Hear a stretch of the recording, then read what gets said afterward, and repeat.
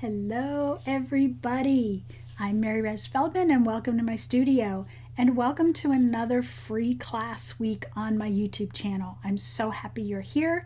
I'm so happy that we get to tangle together and we're going to get started right out of the gate. If you don't know, free class week is just a way for us to tangle in community, even though we are on a recorded video and through YouTube or whatever technology you're doing. I still see this as tangling together. What we're going to do this week, all the tiles are gentle tangling. They're going to be less than an hour. Simple pen, simple tile. Whatever you like to draw with, whatever paper you want to use is all up to you. I'm keeping all of them in the Zentangle tile form. I think I have 2 square, 2 Zendalas, and 1 phi tile, I think is what I have, but I'm just mixing it up. So please feel free to use whatever you have in front of you. They do not have to be Zentangle tiles. Any paper that you like to tangle with is perfectly fine.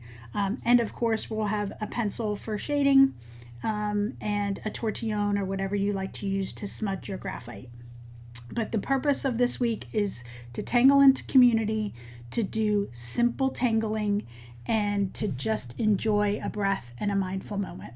So let's get started with that and have a good moment of gratitude just to center our breath.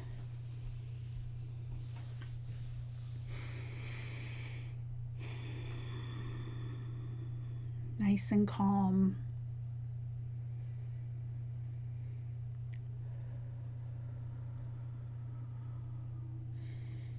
And this step can be as long or as short as you'd like. You're just reconnecting your breath, your mind, your body.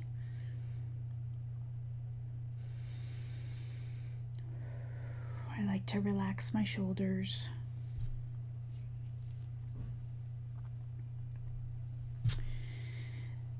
The affirmation for our tile today: I am grounded in this moment.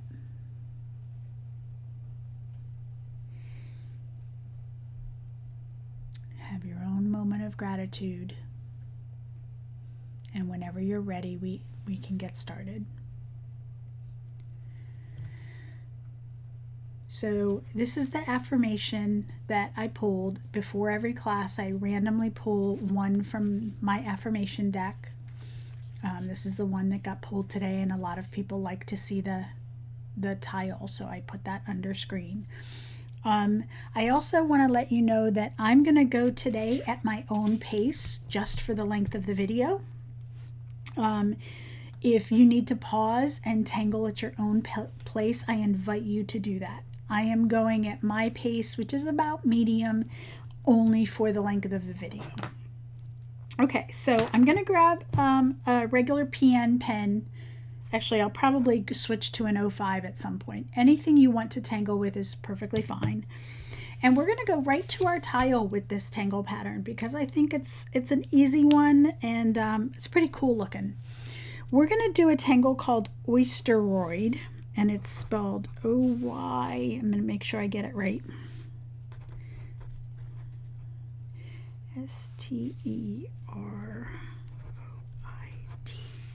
Oysteroid, and it's by Jody Genovese.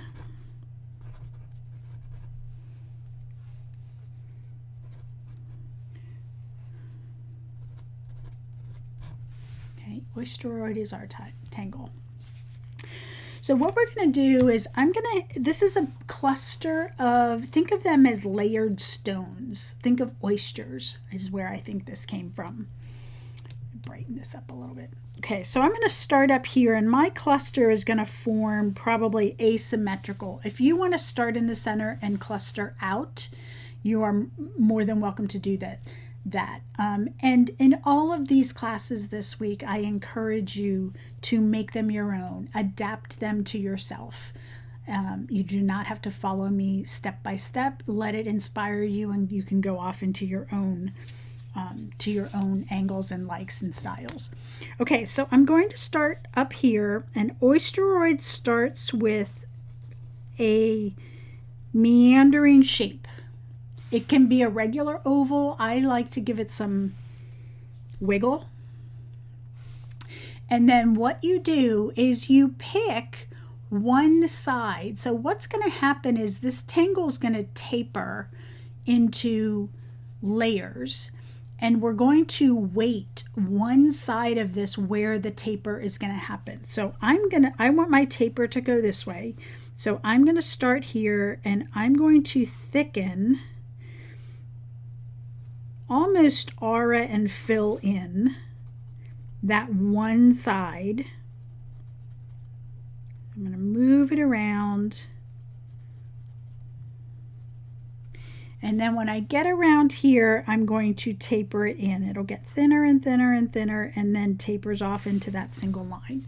So you can see how that one edge is thicker. All right, so what we're going to do, once you get one shape, you're going to aura this. But you're going to aura it in a way that's closer auras up here and wider apart auras down here. So it goes something like this. So I'm going to start closer up there and then get a little wider. And this doesn't have to be an exact aura. This aura can have its own little wiggles to it. And then in the same area that you weighted that first shape, you're going to weight the second. So this time I'm going to draw a whole aura all the way around in case that's the way you like to do it. So see how I have a tethered aura. Tethered aura meaning it starts at a point and ends at a point. It's not a free aura all the way around. And then we're going to color that in.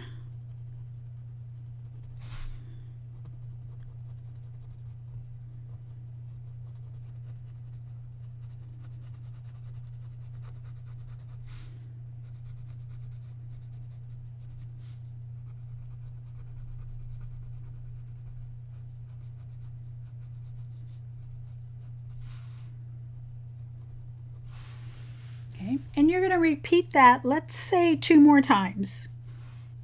You're going to do a thin aura, widen it out,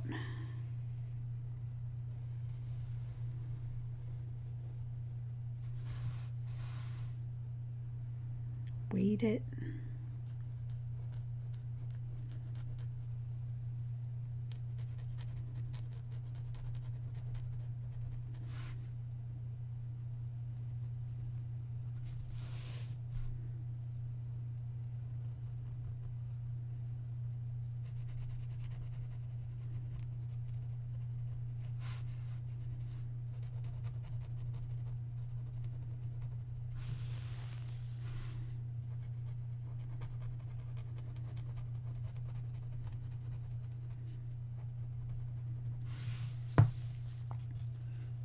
we're going to do one more. I seem to like 4 auras on this. You could do as many auras of this as you want.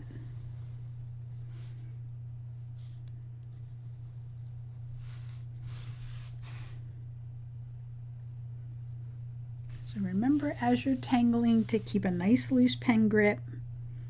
Turn your tile to fit the comfort of your hand.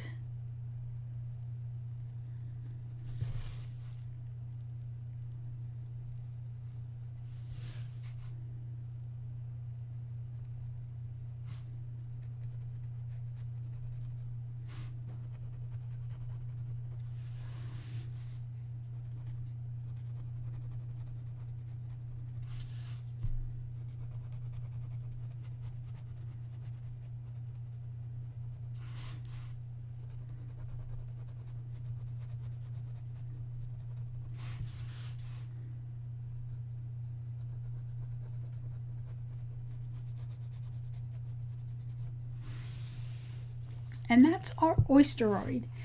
And you can see the layers right from here, and we haven't even shaded yet.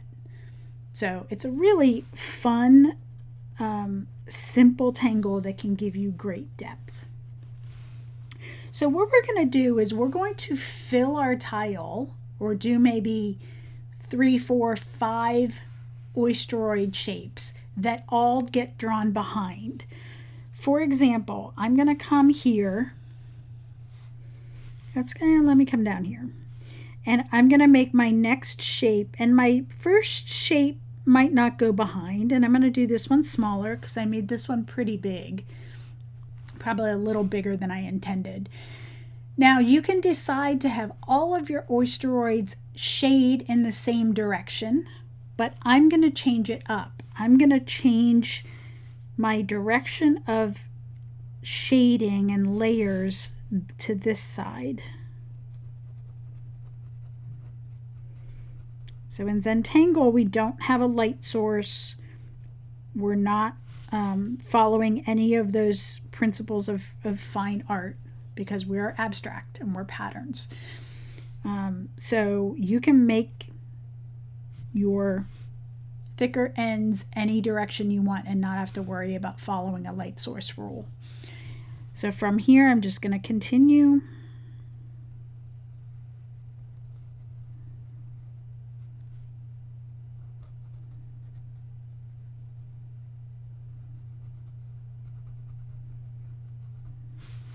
And you may see, if you're watching before you're tangling, you may see me adjust the line that I make. So my line ended up to be a little bit too square-ish. So when I fill it in, I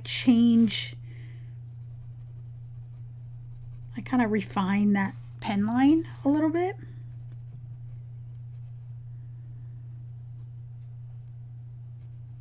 So don't be afraid to have that thicker line adjust the shape as well.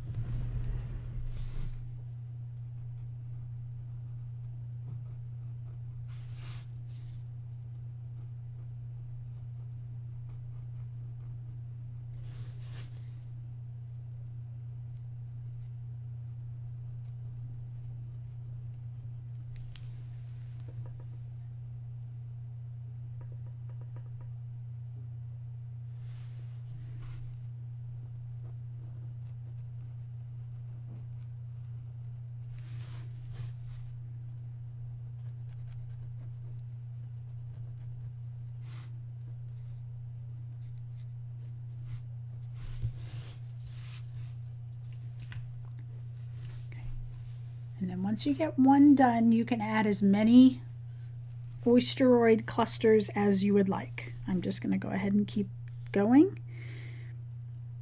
and let you enjoy the journey of tangling.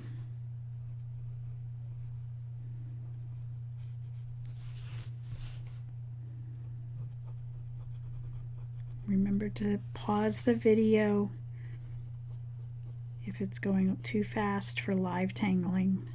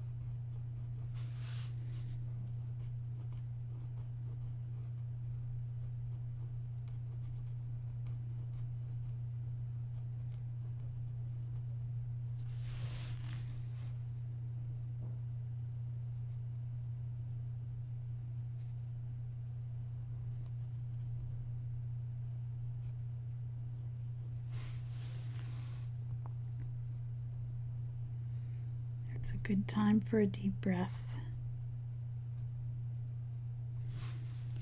And to also check your pen grip.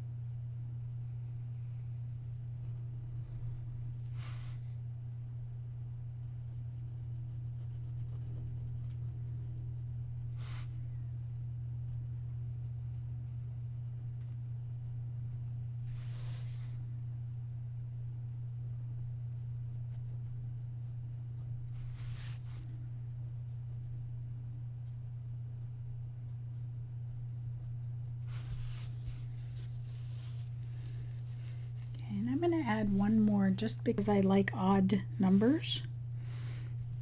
So I'm going to put a little, where do I want to put it?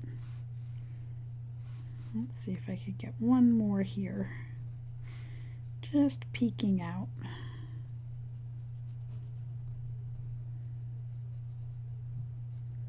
You can do however many you want. I am typically a tiny tangler. Sometimes when I get under camera and I want to make sure people see, I tangle a little bit too big. I went a little too big on him, the very first one we did, so I didn't give myself very much room.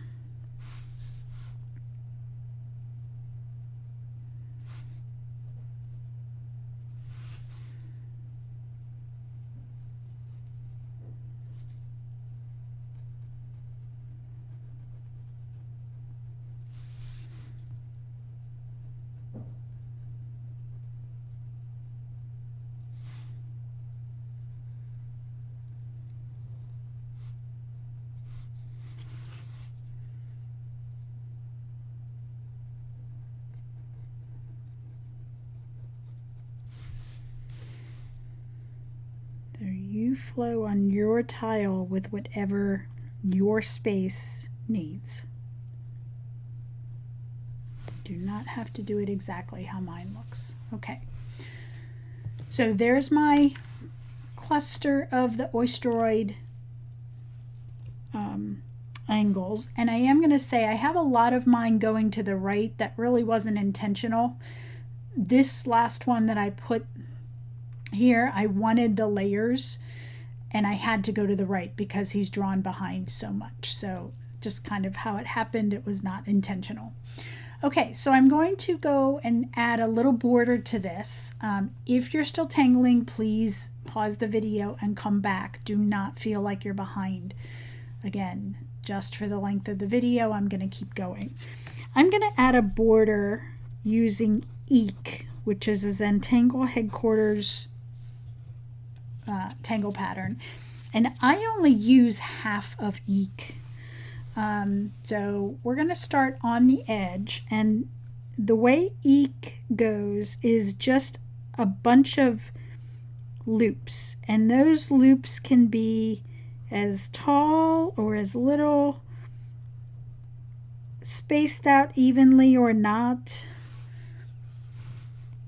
And the way I think of it is I come down and I aura the edge of the paper a little bit, and then I loop up. Now when I come to the corner, it gets a little tricky. I do a little loop, I do a diagonal loop, so I think of this loop angled at the opposite corner.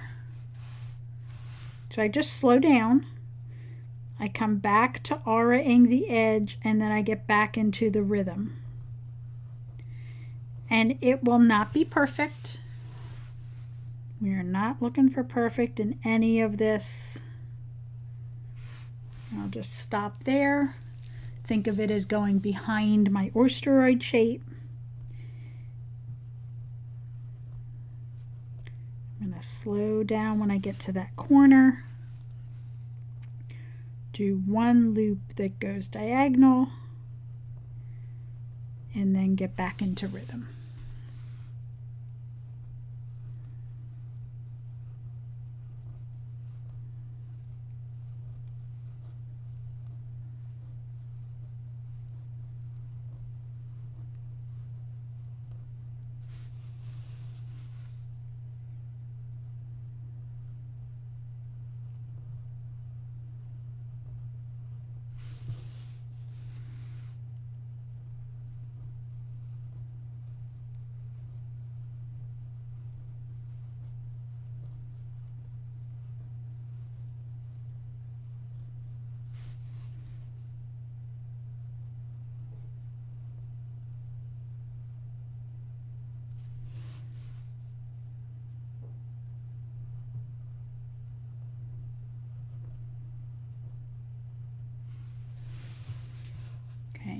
So this is only 1/2 of Eek. What Eek normally does is we'll come in and do this same thing mirrored so that all the loops are going in towards each other. In other words, it would be like this. It's the loops, and then you would turn it around and you would do loops the other direction.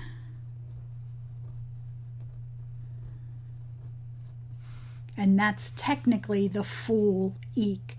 I very, very, very rarely do the full thing. I always like it just the 1/2. That's just my style. Okay, so let's go ahead and add some shading to this. I forgot to grab my pencil, so let me do that. And a paper stump. Okay, so what we're going to do is where we put that dark edging, the line weight on the shape of our orbs, or whatever you want to call them, we're going to put graphite right along that edge. So when I do graphite, I take the point of my pencil towards the darkest point that I want. So the darkest point that I want is up against that pen line. So I point my pencil in the right direction, and I'm just doing large circles. If I were to expand it, I'm doing this, but I'm just doing it very, very, very small and very tight. Maybe I'm going back and forth occasionally. So if you look at this, I don't have a lot of space for shading here. So I can't come in, let me focus that again. So I can't come in with graphite and spread that out very far because I'm going to make this whole strip dark. And in order to have shading that's effective, you need to have lights and darks. So when we shade these strips, we need to be very careful that we leave this side dark, but this side bright. So I'm just turning my paper, getting graphite all the way up again against that. You are going to do the outer edge also, which will shade it over the oysteroid shapes that are next to it and drawn behind.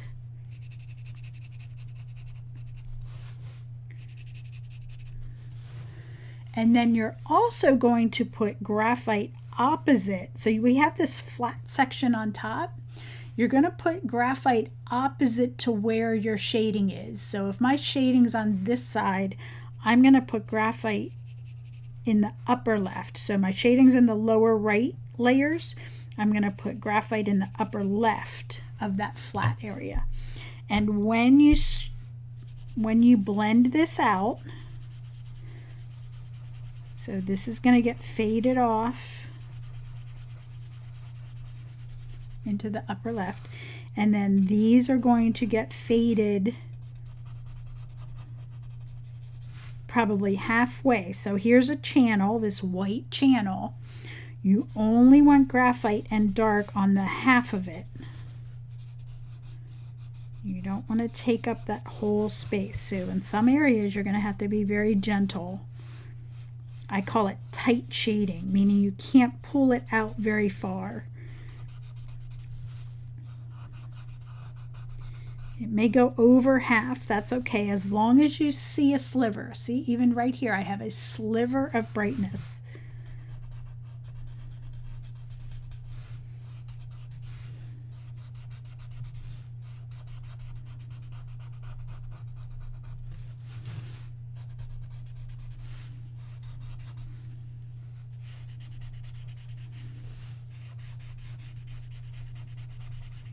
And when you're on the outer one, you can spread that graphite a little bit more because you're not constrained. But look how cool that shape is when you get all the shading in there and the layers. It just looks like this rock, tiered rock. I know it's probably inspired by an oyster shell, but I think of it as just rocks, tiered rocks up there. Okay, so you're going to go ahead and shade all of your shapes, just like what we just did.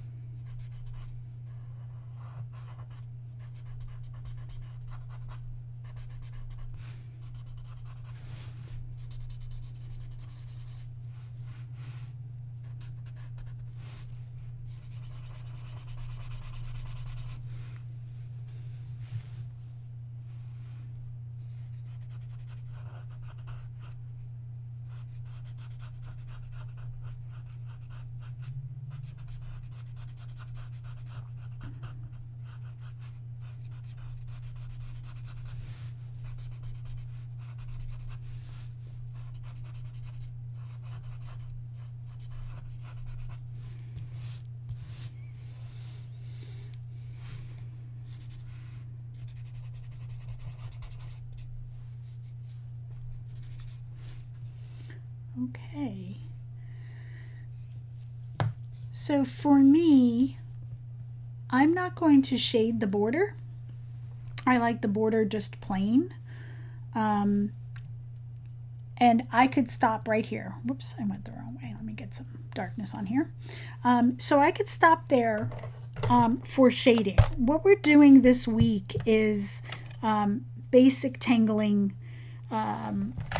no big details, not really a lot of line weight.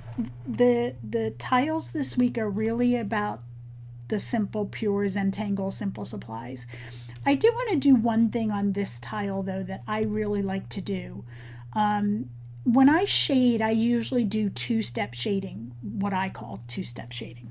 I do my first shading, which is this, and it gives me my layers, and it's all, it gives me my darks and my lights, but there's more enhancement than I can do, and sometimes I do it, sometimes I don't, but I want to just show you the difference. You can come in with a second layer of shading with your graphite pencil, and that could be, and what we're trying to do is we're getting more depth. So right here, where this oysteroid overlaps here, I'm coming back in with a second layer of graphite with a little bit more firm pressure. I'm going right up against that line, and I'm fading it off just with my pencil, not my tortillon, although I might soften it up a little bit. So I'm going right up against that line, and I'm deepening that shading. With my tortillon, I'm going to blend the areas of the graphite that's away from the pen line. I don't want to brush away that graphite that's right up against the pen line. I'm just softening where I faded it out. I don't want to look at a line. So with that darker shading, you now get more depth between the overlap. So you can do a second round. Don't think that you always have to get your shading exactly right the first go around. It can be finessed. Do basic medium shading throughout the whole thing, and then decide where you want to overlap. The other tool that I like to do, if I don't want to do it with my same graphite pencil, I will grab a black colored pencil. So right now I just have a Prismacolor simple black colored pencil, and I'm going to do the same thing only with a black colored pencil. So I'm going to come up here and I'm going to get depth on the layering of these oysteroids. So when I want an area to look really recessed or with a lot of depth, I try to hide the pen line. I don't like you see, I'm going to zoom in a little bit more. You see the pen line overlapping the oysteroid, but here the pen line's a little bit more blended into the graphite. And I know you're seeing a little bit of graphite there. I could clean that up as well. Okay, but I like that pen line to just disappear a little bit more and not look separated from the shading that I'm doing. So with this black colored pencil, I'm just adding a little more darkness right along the pen line where I want that darker shading to be. Now this is colored pencil. It does not blend very well with a tortillon. However, there's graphite on my tortillon. This is actually a paper stump, but whatever you're using to smudge. So I can blend it out just a hair, finesse it just a bit, and I can get more depth in my layering and in my shading. Okay, it doesn't show up very well on the camera today. I think it's just because it's really bright out at the moment. So the point of all that is just don't be afraid to add more shading. If when you hold it out with perspective, you don't have enough layering, add more. As long as you keep and maintain your bright spots, you'll be fine. Go dark as long as you have light, and bright vice versa. You can have light spots as long as you have darks next to it. Okay, so let's go ahead and add our chop. Our chop being our initials somewhere on the front. so that we honor the mindfulness and the tangling that we did. Sign on the back.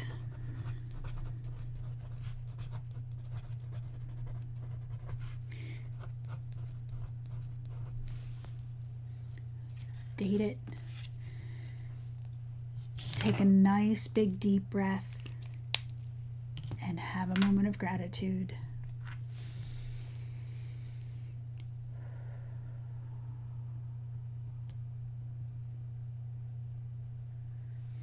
I thank you for tangling with me today, and I will see you tomorrow for more free classes this week. Have a great night. Bye.